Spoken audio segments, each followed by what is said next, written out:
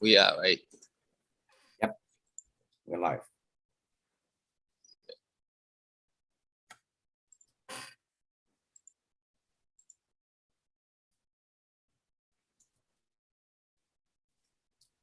Welcome, welcome, welcome. Good morning to our viewers. I'm your host, Mumudu Sowane, and I have my co-host, Sam Sise from Indiana. Our other co-host will probably join us during the course of this show. So today is September 26th, 2021, and we will be discussing about the president's Meet the People store. What went right and what went wrong, and how it could have been done to help the mission, help meet the mission and the vision of the tour. So to start with, I would just let my co-host, but Sam Sise to just jump on it and give us an overview of Meet the People store. Thank you, Sam. Well, thank you, Mr. Swanee. Thank you, and definitely thanks to the viewers, for watching this, and for those of you who are going to watch. You're breaking up a little bit. What's that? Is it my end or your? Can you hear me? You're frozen a little bit. I was hearing you loud and clear.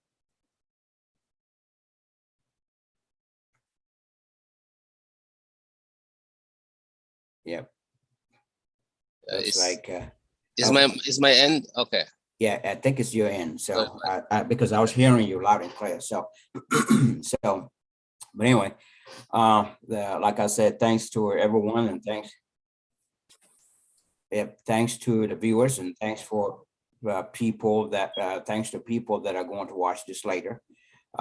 This is an interesting topic, and it is a topic that can go in different dimensions. You can look at this from different dimensions. The first part that I want to talk about is I am not going to talk about everything or be able to talk about everything due to time deficiency, but I want to start with the basics, for any president, since this is in the Constitution, that they can go meet the people twice in a year. And this is a budget that is also always passed at the National Assembly for presidents to go meet the people. It is there. It doesn't mean it need to happen. I think everything need to be prioritized for a country like Gambia. Really, things need to be prioritized. What do we spend money on? What is our most priority? Are we facing that priority, the most important priority, and spend money on it? And cut spending on things that are not necessary for the country, not for an individual. And I know that sometimes presidents take advantage of this and go meet the people store. President Jawara's time was called Meet the Farmer store. It was intended for the farmers, and then Jammeh's time was changed to Meet the People store, meaning meeting everyone, whether they're farmers or non-farmers, basically meet the people. And then and that same thing continued up to now. And what I'm seeing here, and what I've seen, is this tour becomes a political tour. And so I want to take a step back here and talk about the three arms of government. The legislative arm, you have the executive branch, you have the judiciary.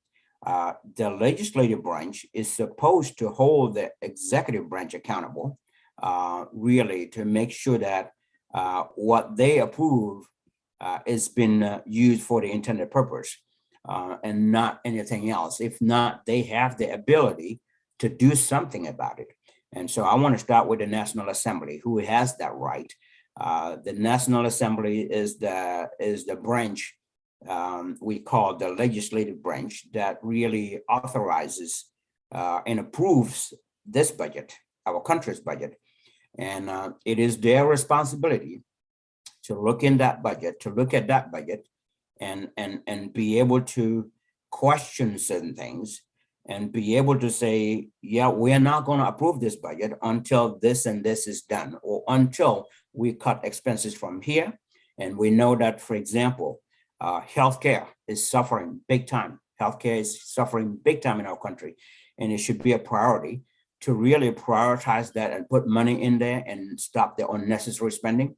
But at the same time, hold the executive branch accountable for what they supposed to do.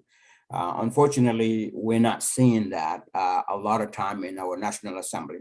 There are a few National Assembly members that comes out and question certain things. They come out and speak the truth and do all that.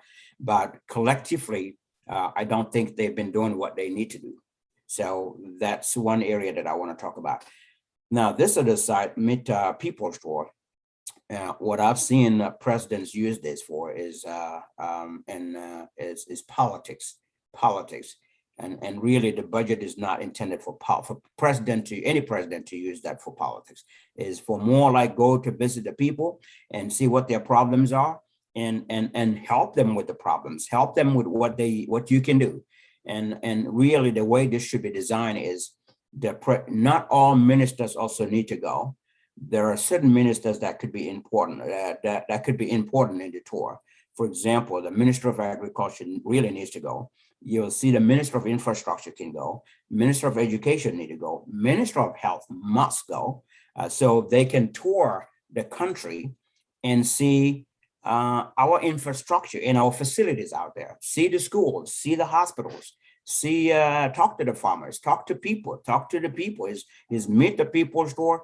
They need to be able to talk to people and allow people from every venue that they go, allow people to speak their mind and not restrict anybody from speaking what they want to say. People need to be able to talk their mind and tell the president what their problems are and cut that middleman out there. Because sometimes what happens is, a village or a town may have problems. They go through somebody and tell somebody, and it gets to the next person, and until it gets to the minister of that area.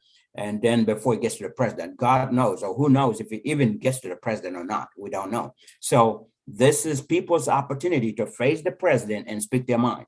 Let the president hear from that. The other part is going on a tour like this. If I were a president, I am not going to wait until I go on a tour to supply people tractors or to lay down foundation for certain things. I am going to, if I were a president and I have farming tools, I'm going to give them to farmers ahead of time. I'm going to have a strategy how those equipment need to be given to those people and get it all on record. And so my tour will be to go see those people and say, how is it going? Since you received your tractors, what difference did it make for you before and after? How is that going? Did it help you? I want to hear from you today.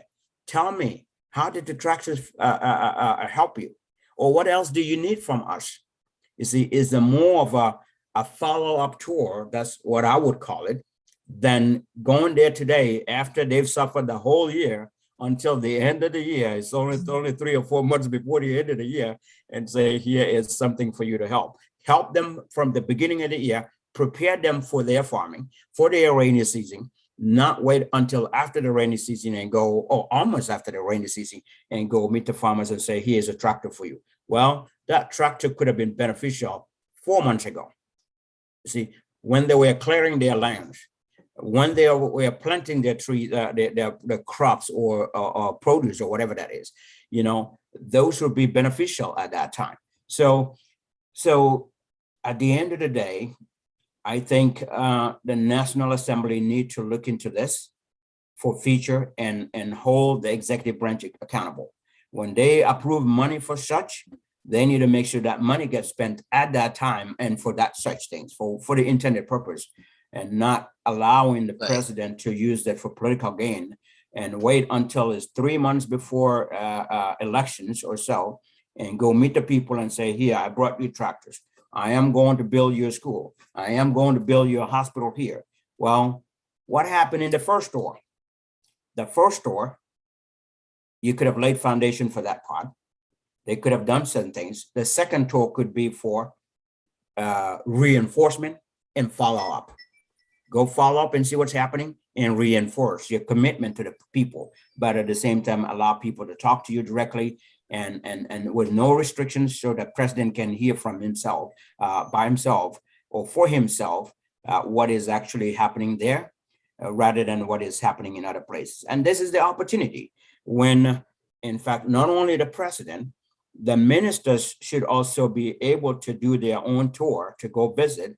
If the National Assembly approves a budget for a road construction somewhere, or a hospital to be built somewhere, that minister should have been on top of that all the time and giving the president information and feedback. So when the president goes there, the president is going to do a follow-up and to go see things and see what is happening there, and ask what other problems they're having, or what can they do to help them and things like that. I think if it's done that way, it would make more sense to me than going a couple months before elections to go present things. That to me is politics, and politics was not the intended purpose of that money that was approved for that budget. So I'm going to stop here and allow you, and then we can come back to this. Yeah, thank you so much. I was, get an interruption from Gambia. That's why Okay. I told the person to send a message if they have any question. Okay. Thank you, Sam, for that insight. So I think, this topic is very important because it is about our country. It is about a constitutional role that the presidents need to play. He needs to go around every year and meet, the farmers, and then see what they are doing, what helps they need, and how to give them, further assistance, give them hope in what they are doing. Correct? Yeah. So it's a form of a communication, operation where you go in and see for yourself. Yeah. So, but sometimes what we have seen is that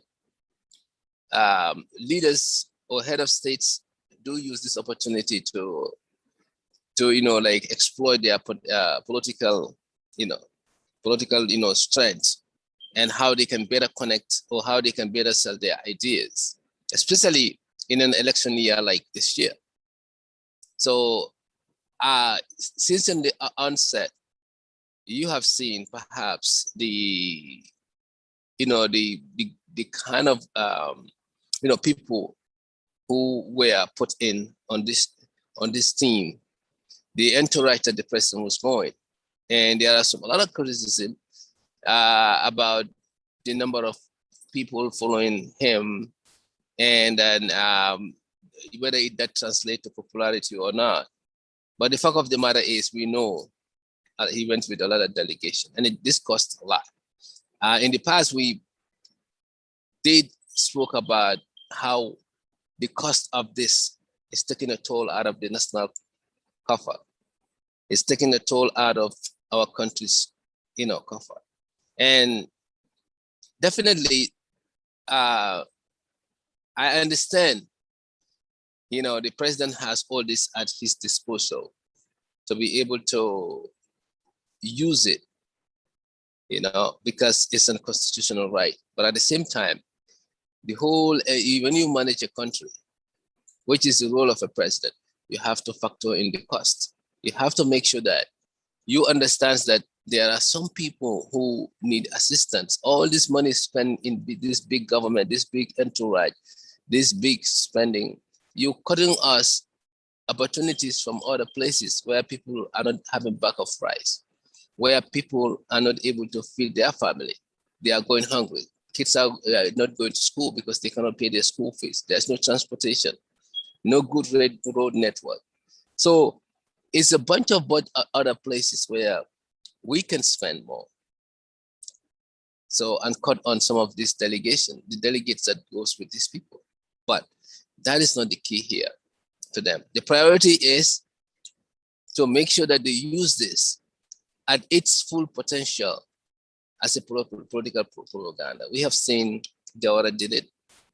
We have seen Jammeh did it. We have seen Barrow is doing it.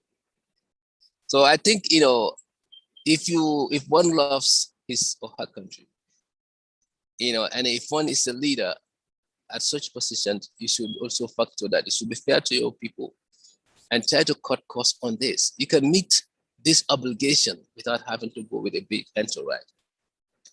So I'm analyzing what we have seen so far. We also see that they delayed the ferry for a little bit. So, to show how much people can come and cross.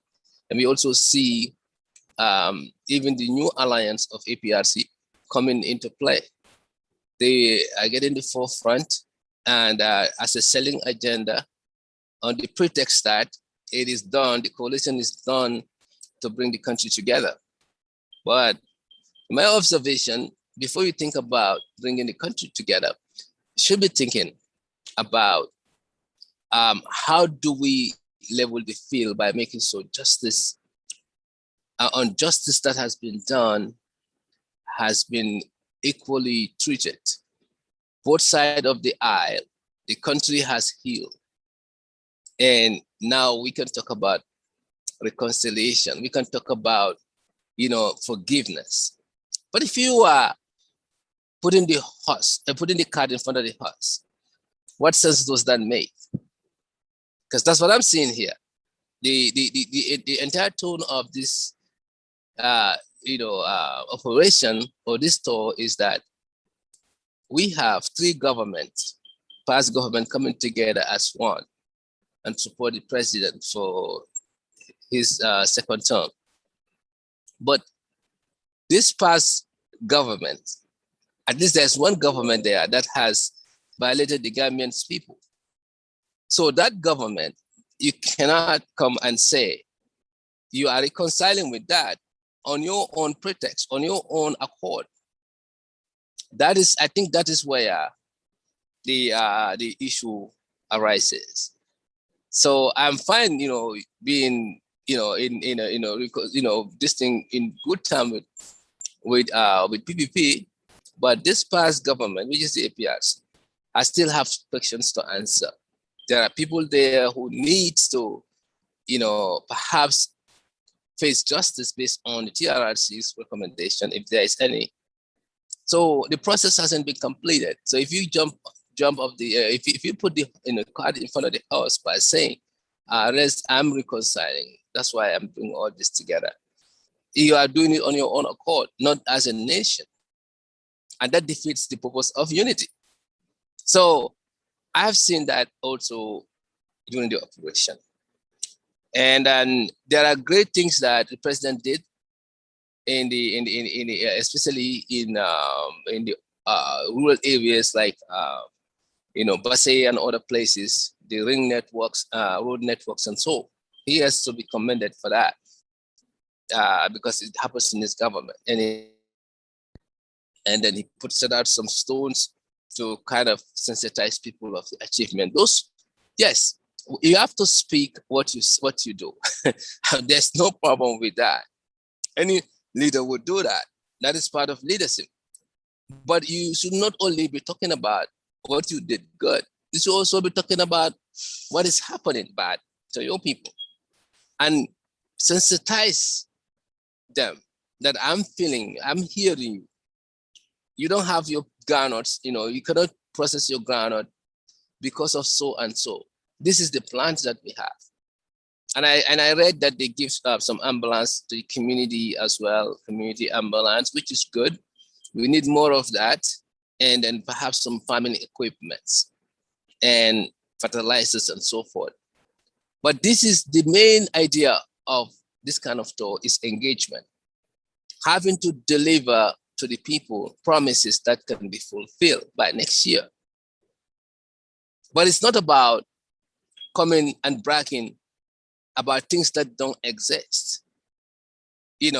Giving promises of infrastructural promises that will, yourself will never be able to achieve because the Gambia don't have the money. There is no, money generating, venture that we are carrying out now. We don't have oil. We don't have, mineral resources. The only thing we have is taxes, but we are not even collecting that enough. We are not collecting the taxes enough. We are not closing the tax loopholes. We are not being, we have been so corrupt to the point that we cannot account for anything. And I've even seen the president talk about how much, the corruption is hurting us. For the first time, he admitted on a video. I wish I have the video here. I would have played that. So, but when you talk about corruption, you have to start with yourself. You cannot talk about being, corrupt. You cannot talk about being, you cannot talk about corruption if you don't, get your hands clean. You have to get your hands clean first. Then you can also claim other people to raise their hands up, make sure they're clean. So the buck starts from yourself. So I think, overall, it was an essential tour that needs to be done. And it's part of the Constitution. And I think the president did well in certain areas when it comes to having to give those equipments, having to, the ambulance to the community, and having to, talk about his achievement. But having to take with him a newly aligned political party, some people see that that's politics. And having to be talking to the, to the masses about, other politician, opposition, those are not, this tour is not meant for that. You can come and do your rally later on. But this tour is meant to engage the farmers, sensitize them, give them promises, tell them that we are not doing enough. We have time to come back, and then tell us what you want. What are your issues? We will go back and do funding for that and see how we can better equip you to be able to sell your crops, to be able to get, make life better. So I think overall, that is my analysis of this talk. Thank you, Sam. I know you have some stuff and I have some questions as well. Yeah. Thank you, Mr. Sewanee. Absolutely. As we talk, we bring up more stuff, and it really opens up the door for more talks about this. And just like I said earlier, this is this show, this topic alone can go in different directions. There are different dimensions you can take in this, and would not be wrong. One thing I wanted to say is, when we say that the National Assembly approves this budget for a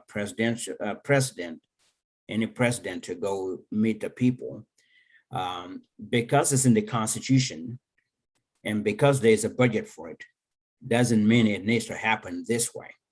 I'll give an example. For example, it is according to our Constitution, when we conduct elections and then elect a president, they have a 5-year mandate that they will serve.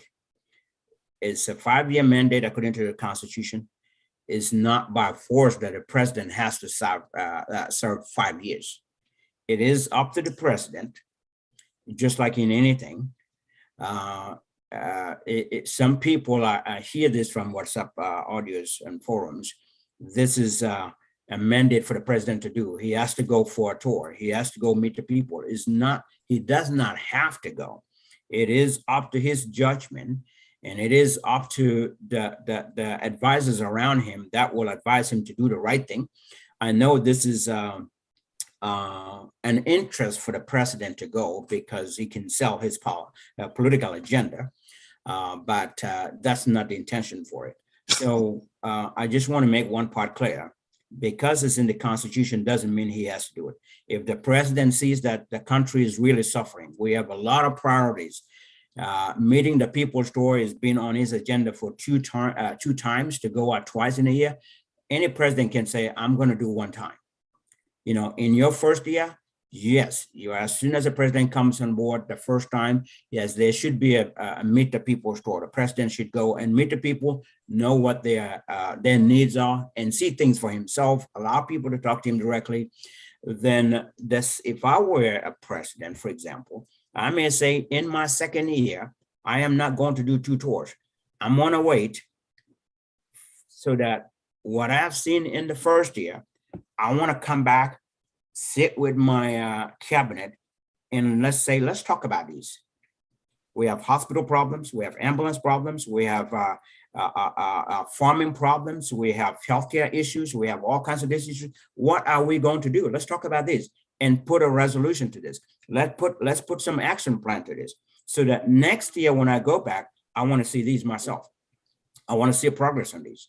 You see, it should be meant for something like that, so that the president does not need to go the second time towards the end of the year in his first year. He can wait, give them 1 year for all these ministers to go back with their permanent secretaries and really, after they present their budget, to make sure that they account for all of the projects that they want to do and get them started. If not finished, at least get them started. If you can finish them, the ones that really don't need to take a long time, get them done, so that when the president in the second year, when he goes on to meet the people's tour, he should be able to say, I want to verify, trust but verify, just like President Reagan says, I would trust my cabinet to do the right thing, but now I'm going to verify, because in our budget, we put in there, we're going to get an ambulance for so and so and so and so. We're going to remodel hospital so and so and so, and we're going to provide tractors for farmers in this area, things like that. And so this time, he, like I said, he can cancel his second tour. He doesn't have to do that and save the country that money. Think about all the millions that get spent on that, with the entourage that goes with there, all the people, the per diems, the food, gas and mileage of vehicles, all of that. You could save all of those millions and take that million, give it to them to put it into something useful. So the following year, you go to verify all of those. So that's my take. So I want people to don't take the belief that because it's in the Constitution, he has to do it. No. Yes, it is in the Constitution. The president served 5 years. What if he dies? Are we going to tell him, no, you have 5 years, you cannot die, you have to get up and serve the country for 5 years? No, we're not going to do that. It doesn't happen. There is something in the Constitution for this. So, even on that, the president can sit and say, you know what? I don't want this role again. It's too much for me. I don't want it. I want to resign. Even though the Constitution gives me 5 years, but I want to resign. I don't want to serve the 5 years. Just exactly. Like what people expected him to do for the 3 year, but the 3 year agreement that he had with the coalition. They expected him to resign at 3 years, at the end of 3 years, because exactly. The Constitution allows that. So the Constitution giving the president 2 times in a year to go doesn't mean he needs to go all the 2 times in every year. I mean, 5 years, 2 times 5 is 10 times the president will be going out. I would say that's not necessary. The National Assembly really should cut down to once a year and go 1 time, see what is happening there, come back, sit down, take action. When you take action, next year, go back and go verify. That's what needs to happen. So the other part is, like you mentioned, I'll get into that too, the coalition with APRC. I think that's not done. That was not done right in the first place. I totally agree with what you said. And what I wanted to add to that is, again, is all the lack of leadership for the people that surrounds the president, that advises him, and the president himself. Him and his advisors should know, and they should have known this, that one, for them to be able to, yes, in any situation, at the end of the day, you want reconciliation, right? But before reconciliation comes, accountability need to be put in place, holding people accountable for what they did. I think the president should have waited for TRRC recommendations to come out, then take action, sit with his cabinet and advisors and see what needs to be done. Take TRRC recommendations, take appropriate actions, and make sure justice prevails for people that need justice. Then after justice and all of that, you can say, let's reconcile. We can reconcile after the right things are done first. Reconciliation will be the last thing. When you reconcile, that could be a time and say, as part of reconciliation, I am going to lead by example as a president, and I will invite APRC to come join me. You see, that would have been nice to do it that way. Not, just like you said, not putting the cart before the horse. What is it called? Truth and Reconciliation, TRRC recommendations were not out yet. We've not seen actions that need to be taken. You know, I said this from when TRRC started. I was on and off watching and don't have time much. I'm very busy. But I did watch Senator Sabely's statements when he was there. As soon as I saw Senator Sabely's statement, I came out, I released audios, and I said, if I were the president, the people that Senator Sabely mentioned that are still in the government, I would put them on investigative suspension immediately. I'll take them off the government payroll, put them on investigative suspension, sit them aside, get them out of the government. That would be the right thing until this whole thing is completed. I'm not saying take them and arrest them, put them in jail. No, you need to wait for other witnesses. You need to wait to the conclusion. You need to make sure that the due process takes place until they face court and the court sentences them. Once the court sentences them at that point, at least you've already taken them off of that government payroll, because these are people that cause a lot of tragedy for people and cause a lot of harm for people. So get them off of government payroll and wait for justice to take place first. You know, if they are found not guilty, they can get their jobs back. If they are found guilty, then the law dictates what happens, and you let that happen. Do not interfere. That should have been the right thing. So I said all of this in those days, but it looks like, you know, things that I've said before and many people said before is we don't have the right presidential advisors that should advise the president to do the right thing, because the president don't know how. And he surrounded himself with people that also don't know how. If you don't know how, you're not going to do it right. That's what happened. So merger or coalition with APRC is premature. It should not have happened now. This is not the time for it. And that's why the victims are still crying, because is a hit in the face to the victims. It's a blow to the face of the victims. They haven't received any justice and in their cases. And now the president is taking the APRC under his umbrella and working with them. And even if that happened, there is a way to do that. And the way it needs to be done is not done that way. So I'm going to leave that to add that to what you just said, and we'll move on. Yes. So thank you, Sam, for that analysis and then strengthening those points. Now, also, we already discussed about meet the people's store, what it means, what it's supposed to do. Has the tour met its expectations? Has it done anything in your analysis? If so, what are those things? And then has it been politicized?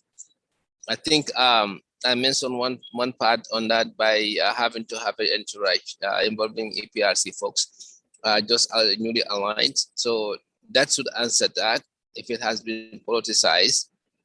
And also, like, what do you think actually are some of the things that could have been done better?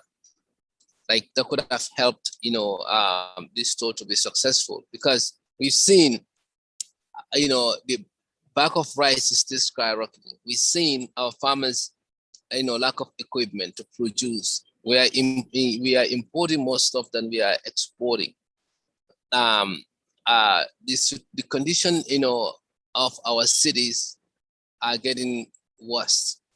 You know, during this rainy season, a lot of rain has done destructions all over the country. We have seen that people are struggling, and they're coming out and saying it. And I've seen one occasion, Ahmad Ba was denying that the, you know, bag of rice is not what people are saying. It came down, and that we all know that those are not unfounded facts. So at the rally, one of the rallies, I think in Farafenni or somewhere, he was mentioning that. So do you think in your analysis, this whole entire tour has met its expectation? And if so, to what degree? And if it hasn't, what do you think they should have done? You know, they could have done, you know, better, or they should do next time? Yeah, Mr. Swanee, thanks for that. I think I've answered some of those questions already, but I will reiterate here. The answer to the question to me is no. The tour has not met my expectation, I'll put it that way, is not being done in the the interest, the best interest of the country.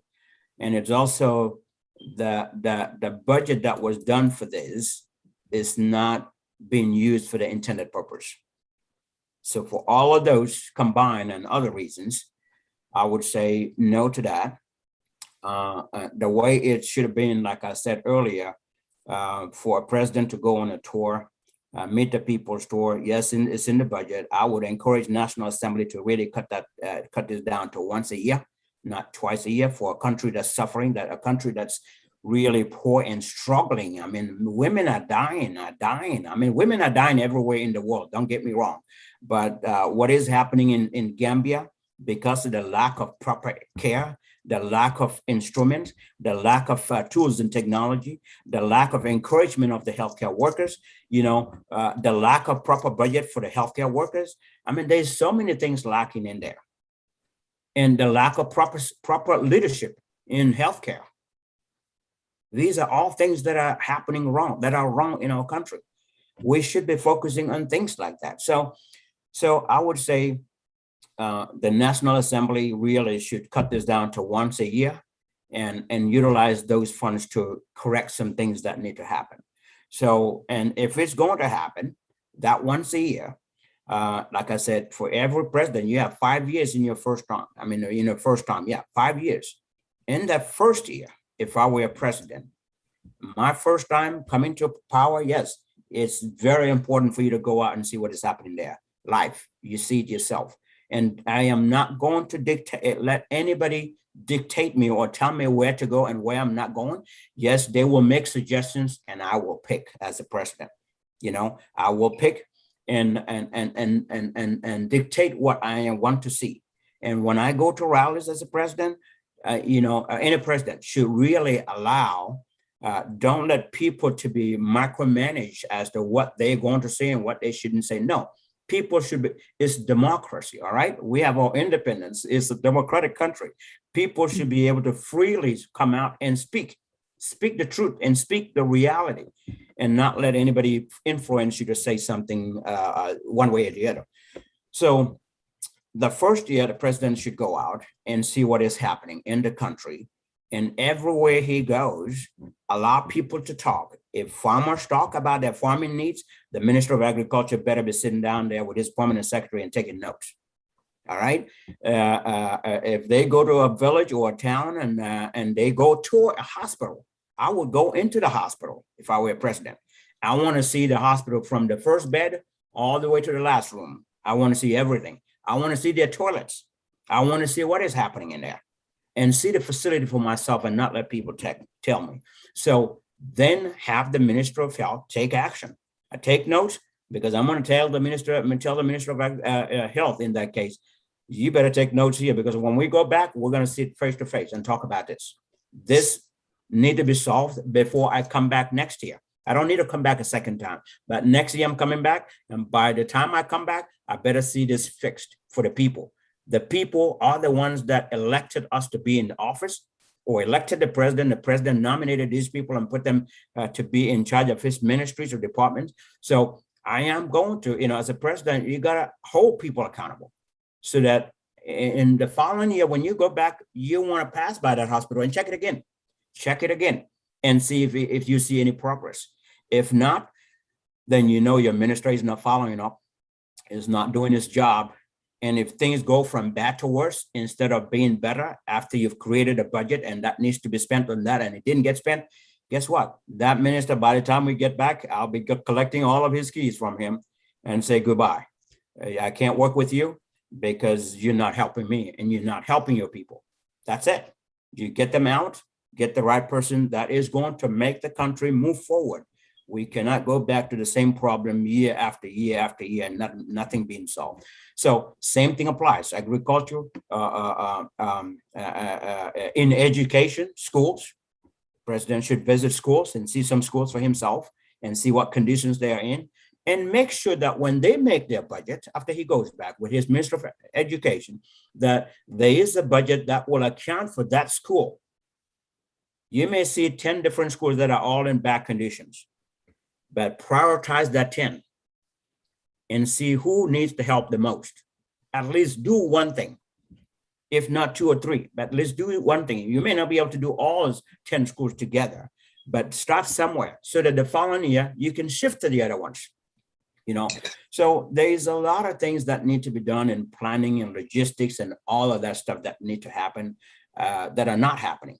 And that's why we are where we are. That's where we are, where we are today. We should have been moving and past this stage. And that's why I recommend the National Assembly to cut this down to one time in a year. The president goes in, see things. The second year, he does a follow-up and then go visit the other places that he has not seen. The next year, he move on. Next year, the following year, by the time he gets to 4 years, he would have been able to see a lot of different areas in the country, and at least take care of some problems. So his final 5-year term, he can go back and say, how did it go? How was your school now from when I saw it up to now? Hey, how was this hospital? I want to see that hospital that we built the other day, the last year or my first year. I want to go back there and see the people, see the doctors, the nurses, and the workers, healthcare workers, and see how are things going. What else do you need from us? These are the things that should happen. Meet that people's store should be for the people, is for the country, and not forgetting that everything doesn't necessarily have to happen in LRR and URR and all of that stuff. Because if you look, even though this, like I said, is politically motivated, but if you look at the numbers, when it comes to politics too, this is something his advisor should have advised him to. From IEC's records, 157 registered voters are in Gambia for this year. But if you look at the numbers, West Coast alone has 359,451. That is more than North Bank region or LRR combined, or LRR and Central River Division and URR combined, if you think about all of that. So the majority of the vote is in the West Coast. And if we're spending all this time, if you really follow in politics and you spend all this time in RRR and building that is good. They need roads. Yeah. But boy, come back to the West Coast and see hospital. That's where the majority of the people are. That area is densely populated. We need good hospitals there. We need a great hospital in the Cumber area, because that's where people from the URR end up going when the Bansang Hospital or Basse Hospital can't handle their case. That's where they go. So start with that and get something done in the West Coast region, So I think we have missed priorities, and we don't have the people or the people that advises the president and not advising him based on priority. They're doing things and want to move on and pick projects to do, projects that are not a priority to Gambia. That's what I see. Yeah, I think you did mention something that is of importance, which is the population, the way the population is distributed. I know we have a lot of land mass in the rural areas, and then of course rural areas is underdeveloped, especially Bolonkono area, where the president was focusing on and prioritizing areas that where he came from, just like Jammeh building those areas, which in my own suggestion or in my own imagination, I think if you represent the country, if you are the president for everyone, you should not choose on where you need to build. We have seen Jammeh did it in Kanilai. What happens end up happening? Yep. Everything went down the drain. I mean, it shows Jawara didn't do that. Yep. And some people even had to criticize him of that. But I think taking care of his own area. Yep. Yeah. Yep. I think it's you represent the whole country. You don't represent your exactly. Point. I cannot be if another president comes and do the same, then that means we're gonna have see developments being, where people came from, our leaders came from. Yeah. And that doesn't represent, everyone. So I think having some projects here and there where it is necessary and can be prioritized and people prioritize is the key. Yep.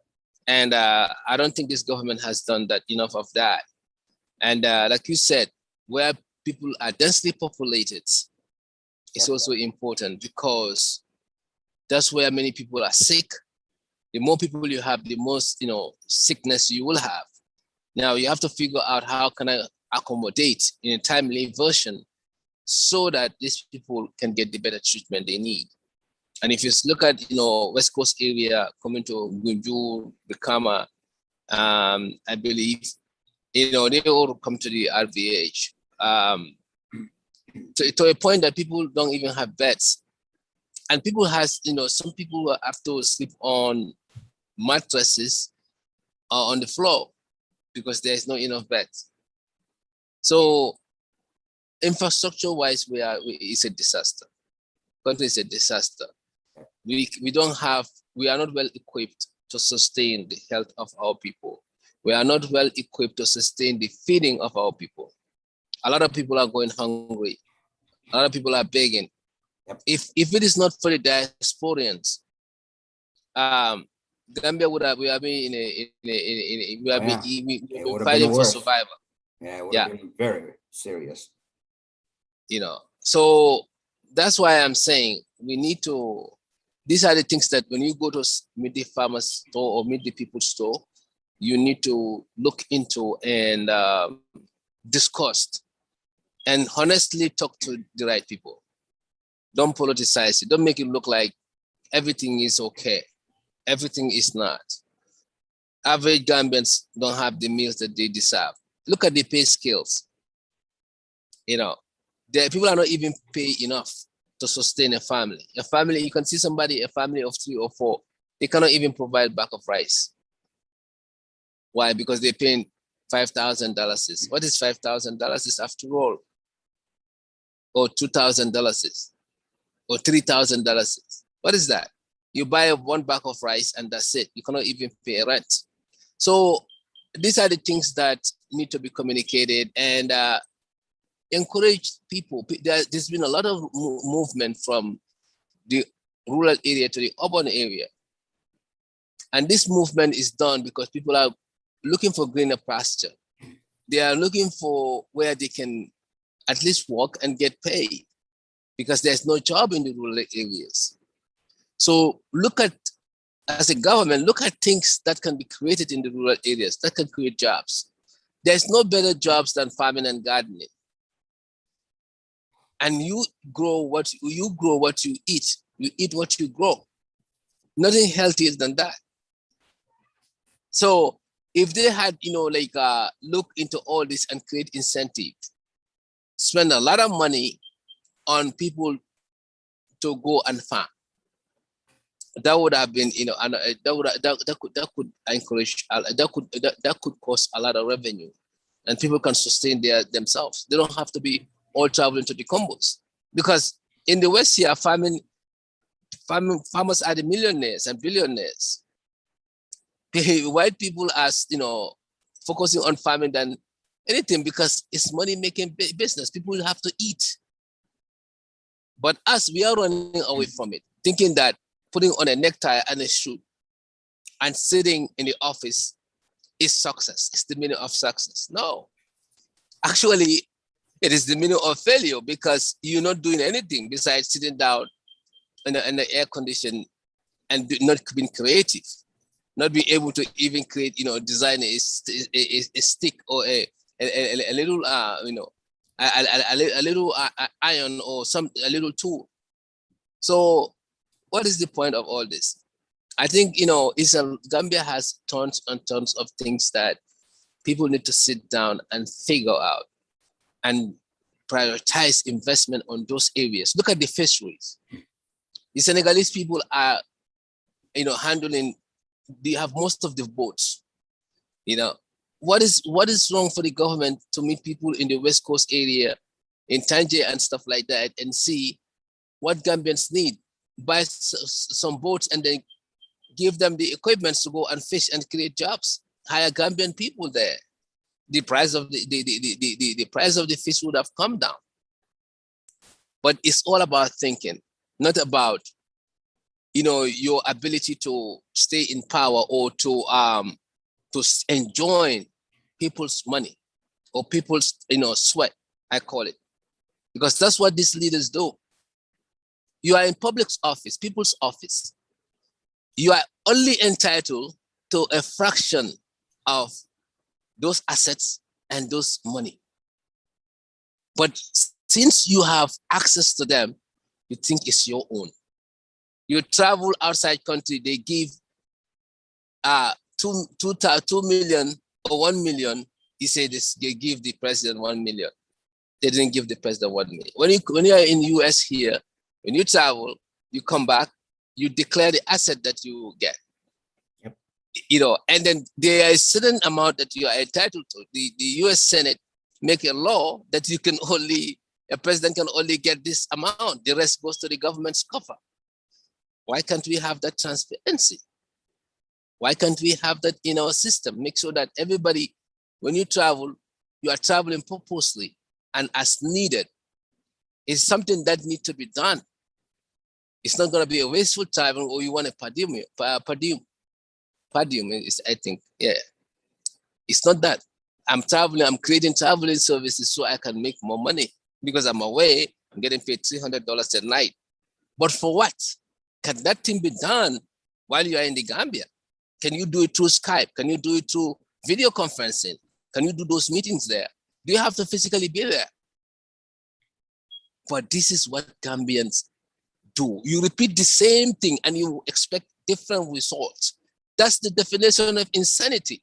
We are insane, technically, the way we operate. So all these things, as a new government in place, you have to look at the loopholes, starting with yourself, and cut on costs and then prioritize those costs and build other areas. Rome was not built in a day.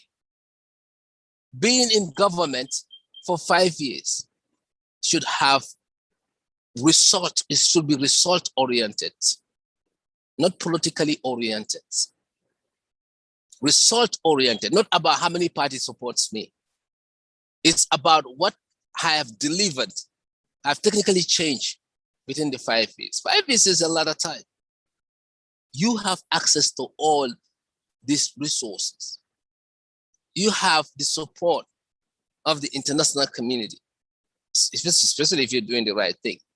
But if the international community is questioning your physical responsibility of a government, what does that mean? They are not seeing what they have invested in that government. And they will stop. And they will stop. And now you don't have any, you haven't even have any creative avenues. You haven't engaged your 60% of your youth. They are wandering around Serekunda, Banjul, Brekama. You go to the airport, you think there is a Lumo there.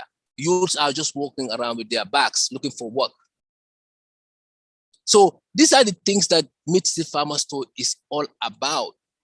Finding out what are the issues and how to address them and how to collectively grow as a nation.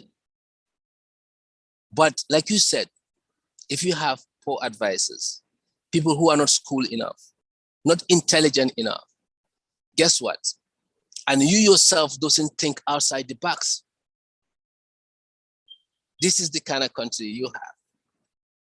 Every day people are struggling, 50 years of independence.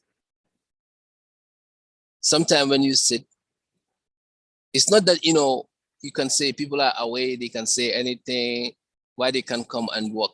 You come there, Sam, today, you want to make these strategies, they will put you down.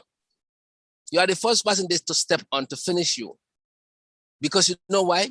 It doesn't favor them. It doesn't favor their corporate dawal. It's going to stop them. Yeah, it's going to stop them from getting what they are getting in the future. A lot of my boys have tried. Yep. I don't need to mention name. They went to change. They went head institution. Guess what? They are flushed out. Yep. And this is the problem. We have to change the mindset of our people. It has to start with each and every one of us, not only you and Sam and me. And then once that happened, the government also has to take responsibility and encourage this, starting from themselves, starting from the top to the bottom. But you are there singing, praise singing, just because you want that allowance, you want that car, you want position, you value position than the life of your people. You value money than the life of the unborn. This is why we fail. The definition of failing is just doing the same thing that never worked. And you're sitting down there thinking that the country is gonna go. Where are we gonna go? We can change governments, no matter how many times, they will not achieve anything. And sometimes it's not our leaders. I have to be honest to Gambian people. It's not necessarily, it's us. We made our leaders. If we all tell our leaders the truth, they will come to us. If we go with our voters card and set an example, they'll be running after us and delivering what they promise. But we are more corrupt. And when we get a leader, that one become more corrupt than even us. Even if he has never been corrupt or came with a good intention. So Gambia has a lot of work. We need to sit in and look at each other's eye and say, do we want to move forward, or do we want to stay where we are, or do we want to go backwards? If we can answer that question and be truth about it, we can save ourselves. But otherwise, we're gonna be stuck forever. Thank you, Sam. You can come up and we can wrap this up, because I mean, the whole entire this meeting to the farmer store, you turned that to be political. It's kind of very, very, upsetting. Yep. Because Absolutely. this is no other political party has this opportunity, especially only the ruling party. Yep. That has a free right to be sponsored for this particular engagement, but turning into a political, equipment or political, propaganda, and to score political point with the expense of the Gambian people's money, is just not right. So this is the real time for engaging each and everyone, like how we engaging each other on this platform. This is how it's supposed to be done. Each person of the president's entourage, when they stand up, people like Ahmad Ba and others, before Big Mountain, talk about the reality of the Gambian people. But you're telling people that the rice price is not, who said that has not been reduced? Come on now, we all have families, we know. We know what is out there, okay? And we were not born yesterday, so we know what is out there.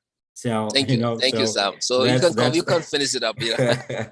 That's what I say to such people. When people try to mislead people, I tell them, you know what? I was not born yesterday, so I know exactly what is happening out there. Don't try to fool people. So, but anyway, what you said is really true, and we have a long way to go. We do have a long way to go. And I think one thing that I am going to defer from you is when you say is, I kind of agree with you on one side when it comes to the leader. You said is not just the leader, is not the leader actually, is the people. Yes, this is a split. The leader has responsibilities, and the people that are behind the leader that tells him the wrong things to do and convince him certain things are also responsible. Yes, we make our leaders the way they are.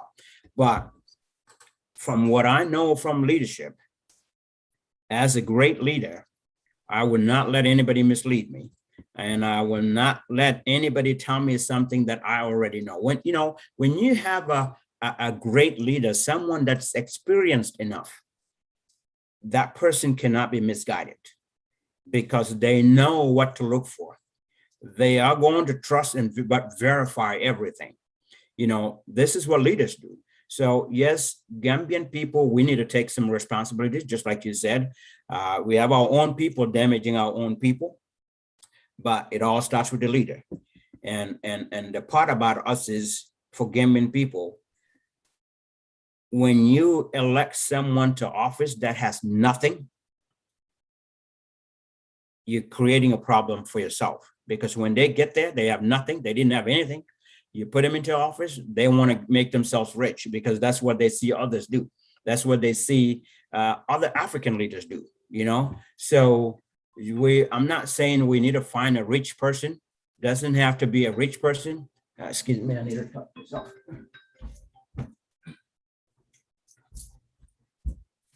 I have an alarm going off there, but it doesn't have to be a rich person, but someone that has a good foundation and is well established and fear God and knows that he's going to hold himself accountable first, then hold his people accountable.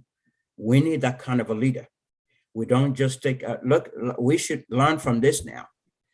Jammeh came from the army camp, became a president. What did we see? Did we learn anything there? Then we took Barrow from collecting rent for people's properties in the real estate and came into power. What are we seeing now? Gambians need to change their mindset and think of, okay, let's look for someone that we really can trust that can do the right thing for us. Someone that has the leadership skills, someone that has a lot of experience that no one can fool them. Even his advisors cannot fool him and tell him the wrong thing, because he's gonna say, no, that's not gonna happen. Someone that just don't sign things without reading and understanding. And someone that is going to question things before he signs anything. Someone that is going to trust but verify. Someone that will hold himself accountable. Be honest himself to himself and his people. Someone that has the integrity. Someone that is trustworthy. Okay, all of this, and it's unfortunate that we're not getting that person into our office that can help our country move forward. But there's a lot of other things that you said, and you just reminded me, if in my comprehensive civil service reform video that I made in Facebook, I also stated certain things in there that will, if implemented, will really help us move in the right direction. I put certain words in there for a reason, like what you were saying, ethics. Ethics is very important. In any workplace you go to, there's got to be a code of conduct. There's got to be some ethics in there so that people, like you were saying about the president's per diem, and when they go out, they get money and they don't declare it and all that, that's all part of ethics. That would be implemented in there so that if a president goes out, because the president has to lead by example. When he goes out, they give him $2 million somewhere. He needs to declare that. He needs to be the first one that should say, for transparency purpose and for our code of conduct and ethic rules, that the president has to declare that to the country, declare to the state, and let that money go to the state. But, if someone that has never owned $1 million on his own, you put him in an office and you show him 5 million. He sees $1 million. He's gonna go mad. You show him 5 million. He's never owned $1 million. So it's going to be very difficult. It's going to be very difficult for them to be honest with that 5 million. I wouldn't be surprised. They want to get something out of those millions. So because they've never owned it themselves, they've never seen that kind of money. So when they see all this money flowing in, they want to get a piece out of it, of each one of them. It'll be like, oh, gee, this is for me. Exactly. This is for me. Yeah, and when they get into that, they don't want to leave. That's what happened in Africa. They don't want to leave. They get into that. They don't want to leave anymore because they don't want that rain to stop coming. The rain. They want the rain of money keep coming, and they take it, and they want to take all of it if they can. They will only declare certain things. So it's very hard. That's why people need to really look at the people that we select to office. We elect to office. We need to look at them. We really need to look at them, and not just elect someone that really is just an ordinary person or someone that really is not going to hold up to our expectation. Just like I said, someone that never owned $1 million on his own, you put him in an office and now he sees 5 million. And they say, this is for you. Well, do you think he's going to say, no, I don't need that. You can take it. And he's not going to do that. He's going to take it. So things like that, it becomes very hard. And that's why leadership is by example. You lead by example, not by force. So all leaders need to know that. They need to lead by example for their followers to see that. And like I once said too, everything, this is all, it all starts from day one of the president, day one. Day one that that president gets into the office is the day to start going. That is the day to tell yourself and your staff, if you ever come to tell me anything with corruption about anything that's going to corrupt me, you will be the first one I'm going to fire. You know, you need to start with yourself.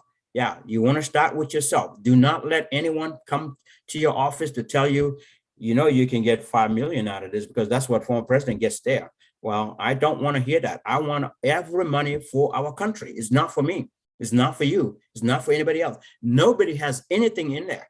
Everyone that works in the government and get a little bit here and there, that's not their pay. That's not what we put them there for. We put them there to work, and everything they produce, they generate, every revenue is for the country. You know, it's for the country. This is why our country is behind, because they want us, you know, chop off this money here and there, and they use it for personal use. And if you want to say something, they fight you and get you out. Just like you said, they want to fight you and get you out. That's why the only person that can stop corruption in the country is the president. If he knows how, he has to know how. If you don't know how, if he has the will, you have to have the willpower.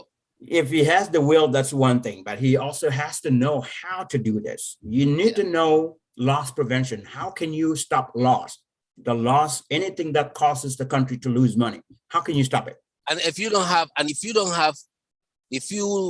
kind of don't have this ego of going to stay more offices, more years in office.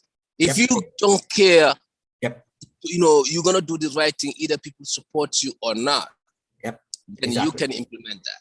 But if you're worried about, if I hurt this person, if I stop this person from eating, if I cut this corruption, I'm not gonna have a second chance because I'm not gonna get a support, then you cannot do it. No, you can't do it. You can't do it. You have to go in there. In fact, any president that goes in there that wants to be honest to himself, be real, be trustworthy, have integrity, you want to go in with the mindset that I'm only going in here for 5 years, my first term. Once people elect me, I'm going to serve 5 years. I'm going to try to do and start everything in that 5 years. But yes, you cannot complete everything. You cannot complete everything in 5 years, but you need to lay the foundation so that when you're out, someone can come and take it over there. And at the same time, while you're in there, you can clean up as much as you can. So when you leave, when the people don't vote for you the second term, you can walk away knowing that you have a lot of integrity. You've left a legacy behind by cleaning up this country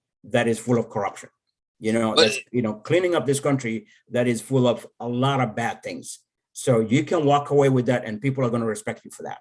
You know, but he just said that, you know, they don't want the rain to stop. So I don't know somebody who don't want the rain to stop. Yeah, they don't want the rain to stop. That's why we need to put. Yeah, well, that's why we need to put in someone in the office. We need to put someone in the office that already owned $1 million. You own your own million. Who among this candidate do that? Who own $1 million? Who own $1 million? I don't know, but we need to think that way. We need to think that way. I think there's a debate between Asa and then President Barrow. Is that right? Yes. I definitely like. I think I saw something. I see something, you know, because I saw a post that says President Barrow was telling Asa, you think you said you have money, but you don't know what other people have. I saw that post. I don't know if that's a correct statement. Okay. Well, so what does that? What does that mean? Yeah. Well, if I tell you, Sam, you're saying you have money, but you don't know what other people have. What if I tell you that? What does that mean? What that mean is I'm going to show you how much I have. Well, and in that case, I'm going to compare. When you came to office, did you have all of that when you came to office? Because when you came to office, I mean, you didn't have all of that. Where was your house? What kind of house did you live in when you came to office? That's where I want to start with. You know, so that means you put all this money together when you came to office. So that's where that is. So we're not ready for show off. We don't need anybody to show us what they have. Is more of someone that has something with him that they can be content with. They've done something for themselves without stealing any money from anywhere, no corruption, their hard sweat money. That's what they have. And they are content with that. They have good living condition prior to looking for offers. You know, when you have somebody like that, chances are they can continue to live like that lifestyle and not try to get more money from the country to use personally. So there's a lot of things that we can sit here and talk all day and all evening about Gambia, and we will not finish. But at least, our viewers would definitely grasp a lot of information about Meet the People's Show. At least they would kind of get sensitized about, what the toll how it should be, what the purpose of it's supposed to be. Instead of politicizing, it's supposed to be communicating and giving feedback, getting feedbacks, and working on it and making improvement next time. It's supposed to be engaging, seeing what are the people's problem. It's supposed to be. And another thing I would say, part of the reason what I wanted to add to, I went off track here, because when we start to talk about Gambia, you just, it looks like problems keep pouring and pouring and pouring. Because we have many. End up knowing what problem to tackle. There's so many problems. We have many. That's the problem. Exactly, because we have many. But the reason why I said the National Assembly can cut one of the presidential tours out in the budget and make it once a year, because there are other times. Let's say the president gets off, first time president gets into the office and go for a tour and go to visit a place that's in a very bad condition, and work with his minister to change something in there. He does that in 3-4 different places, 5 different places, things that would not take a whole lot of money and they can be fixed. You can change that around. Well, towards the end of the year, the president can go for a follow-up tour, not take any delegates with him, not take any entourage with him, just go with his security, just for his own eyes. I want to see the hospital that we built, that I've been working with the minister to get that hospital built, because my first time there, it was in very, very serious and dilapidated conditions, very critical conditions. I want to make a change there. I've done something. We've renovated that hospital. We bought them equipments and tools and technology and put new nurses in there. I want to go see it. That doesn't need a whole tour of the whole country and the whole every minister following you. No, I just need to go with that minister of education. Let's get our security, follow us, lead us there. We go see it one day and then spend the night, one night in one place. So the next morning we can go to that school, the school that we built. We said that we built. I want to go see it as a president, and then go from there to the other school, then into other school. And then on my way back, I'll stop at hospital so-and-so or go see project so-and-so and then come back. That's it. You do not need to take a delegation with you. That's the way it needs to be. That's what I wanted to get to, so that our money is not being misused on things that are not necessary. When we have people dying in the hospital, when we have nurses and doctors saying we don't have gloves, simple things like that. When we know that there's not very good equipment in the hospital, when we know that the hospital, there are cockroaches in some places in the hospital, cockroaches, you have all kinds of dirty stuff in there. Look at the bathrooms, the restrooms in some hospitals. Look at them. Like I said, and these are in the West Coast. Hot bathrooms that I will not let my dog walk into that bathroom, let alone a human being. So those are conditions that really needs immediate attention, So things like that, the president can get up and go see. If I were a president, I don't want to have a bunch of people following me. I want to go, because that's going to waste my time. It's going to waste Gambian people's money. I want to get up one day and say, I want to go see Bakau Health Center. No announcement, nothing. I just want to go into the health center and go see it. One day, I want to go see the Chinese project at in Sanyang or Gunjur. What are the Chinese doing there? I want to go see it myself. I want to surprise them. I don't want to tell them I'm coming. I want to go see what is happening. And when I get there, I'm going to say time out. If I see something that's not right, I'm going to say time out, stop. I'm going to order all of that to stop immediately, not now, not tomorrow or next month. No, now, stop it right now. You see, and then take action. So these are the things that any leader should be able to do without bringing an entourage with you. So the purpose of the presidential tour can be done in another way. I think just to clarify that point, or reiterate on that point a little bit, you have to get your hands dirty. Yeah. You have to get involved in how they're doing. Yep. And be kind of like a supervisor. Remember when there was COVID first started? Mm-hmm. The Rwandan president, Paul Kagame. I saw him. Yep. He makes sure that he went Yep. and supply house to house. Yep. To make sure the food gets to the right people. When the COVID first hit. Yep. In Rwanda, a Rwandan president. Yep. He didn't sit in his office and say, I trust Sam, I trust, Yep. Frank, I trust Bill. No. Yep. So our people are so lazy. Our leaders are lazy. Yep. Yep. If you are lazy, you want to delegate everything. Yep. But sometimes, in order to be president, in your transparency, to bring transparency, let me tell you something. People that you hold accountable, pop at their jobs, pop unsurprisingly at their facilities. Yep. Surprise them. Yep. Audit them unexpectedly. Yep. I tell you, you will find that's what leaders do. That's what I'm talking about. You will find a lot of things uncovered, and then you will know who you are dealing with. But you want to have praise singers, and you say you trust them because they are pushing your agenda, and you are comfortably sitting at one planet. I will call it. It's because it's not the same planet. The way these African presidents, they sit disconnected, it's like they are in another planet. And that their people are in another planet. How would you know? Some come and tell you stories. Hey, the support you have, you will win landslide. Oh, hey, people in the Gambia, they are all happy. This is why they keep failing, because they are not engaging, they are not going. Sometimes even at night, put on a shirt, put on a chaya, and disguise yourself. Yep. Don't look presidential. Yep. And put on those those it make you look like you are from the bush. Yep. And get in your car. Sometimes you don't even have, as a leader, you don't even have to go with anything. Maybe you have one security behind you in case of any emergency. Don't look like you are this. You walk inside the street. Go to the beach side. Go unsurprisingly. Put on a face, kind of like a mask that even will not even recognize you. Make you feel like you are an old man. Yep. And you're gonna see a lot of things that you don't even believe.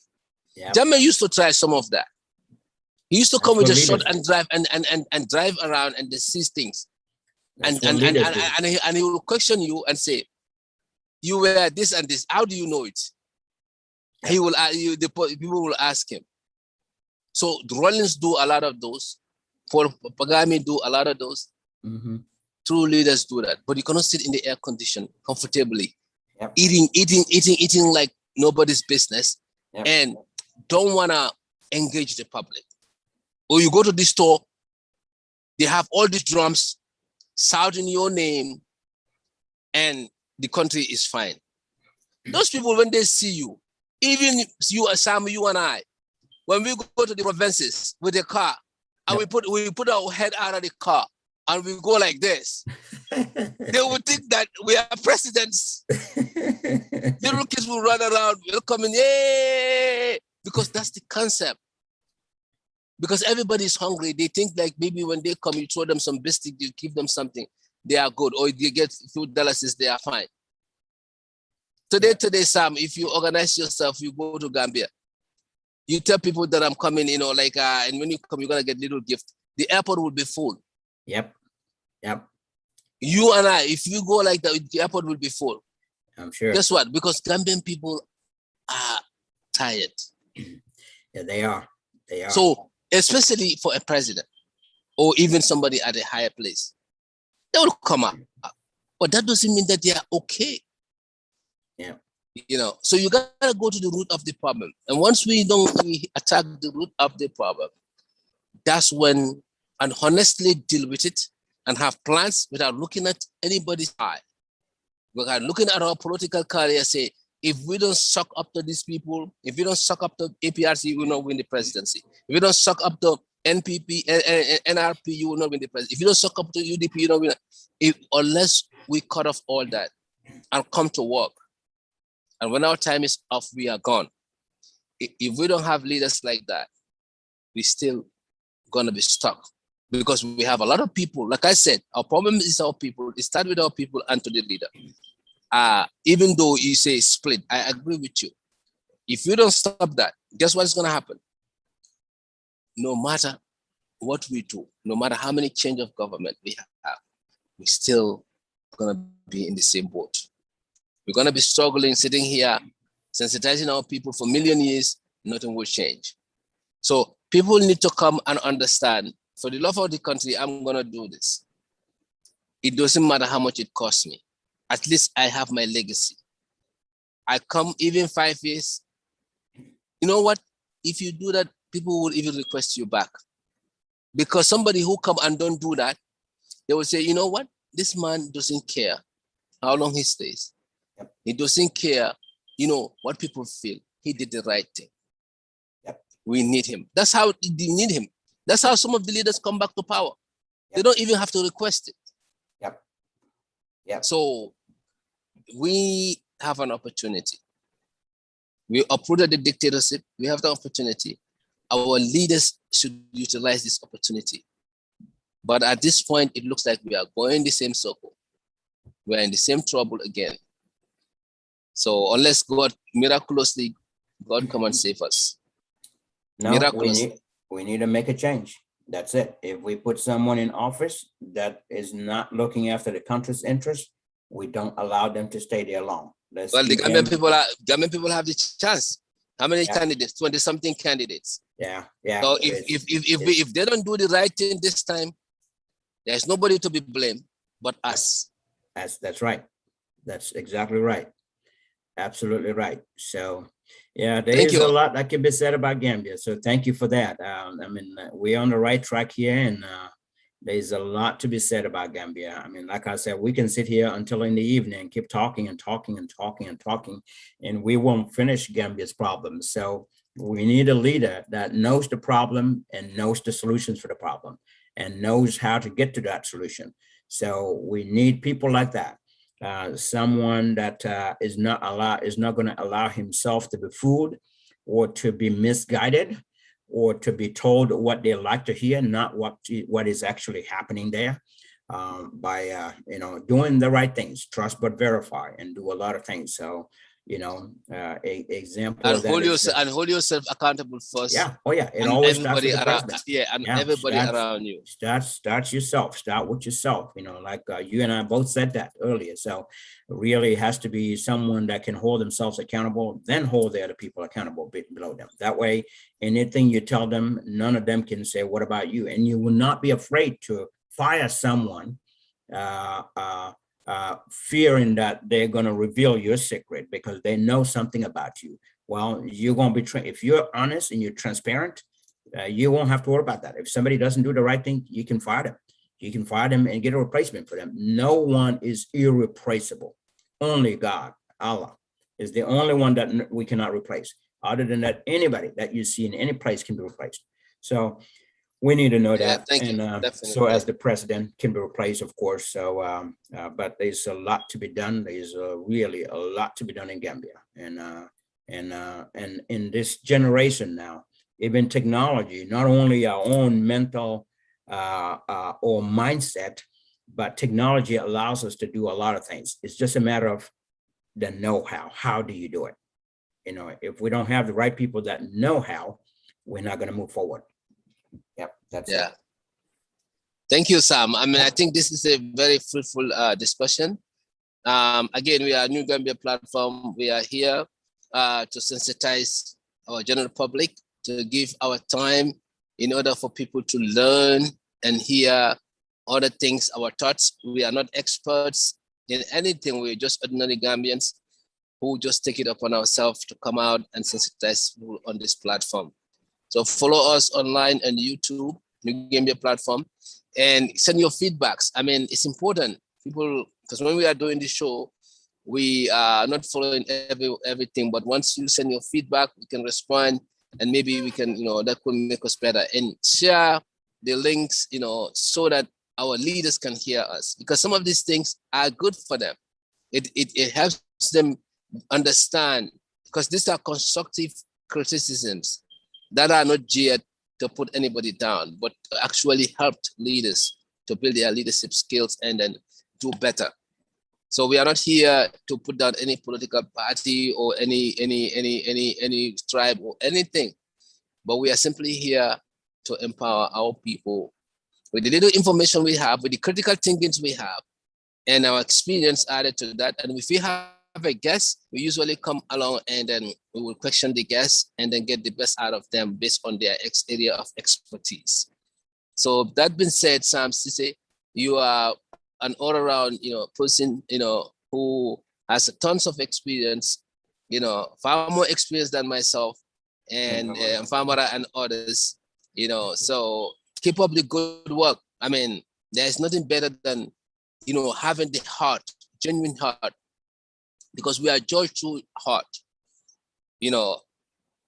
Once you're consistent in delivering for your people, definitely, even the deaf people who deaf ear folks, or even people who are in denials, they would know, because you're not getting, this is not monetary thing for you. You just feel like there is something wrong, and there's always going to be something wrong in the Gambia. Even if the government changes, we are coming back and talking about what is wrong, socially, economically, politically, doesn't matter which area. We're going to talk about it because it's our civic responsibility. We should be having this taught in schools, even as a particular course, curriculum. But unfortunately, the government will never encourage this kind of educational forums because they think that sensitizing people undermines their ability to control, their ability to dictate or kind of keep people in blind. So, but we will take upon ourselves as citizens because we love our country so much. So Sam, thank you for loving our country, and Famara and all the other Njaka, Alas and Binta and everybody else on this platform. And let's keep doing what we are doing. I hope our listeners will benefit from that. Sam, final words. Thank you, Mr. Sawan. I just want to say thank you. You are the organizer of all of this. So bringing people together, to share their area of expertise is a great thing. And all of this is for the love of our country. And no one loves Gambia more than you. So thank you for that as well. So I think you love Gambia more than me. So, I still thank you. I still take the compliment. Well, let's put it this way: we all love our country. How about that? For sure, we all love our country, and we want the best for our country. That's what it is. We want the best for our country, and that's why we taking this time and not spend this time with our family, instead spending the time here to talk about what can move our country forward. And so it's a great thing. And I really, this is, if I have to dedicate a time for anything, I like to do it for my country, definitely for my country, rather than doing anything else. So thank you for your time. I really appreciate it. But this has been a great topic, and I know a lot of people will watch this afterwards, and a lot of things that a lot of people can see the benefit of this. And not only that, but some of the things that we talked about today's topic, meet the people's door and what needs to happen there and things like that to make it better, so that our country or our government or any sitting president does not mishandle our funds by going for a tour that is intended to meet the people and see what their problems are and try to find solutions for their problems, versus using the tour as for politics, but thank you. That's that's all I wanted to say. But thank you for your time as well. We really appreciate it. Thank you. Appreciate it. Thank you. Until next week. Thank you so much for our viewers. Yeah. Sure. Thank you. Take care. All right.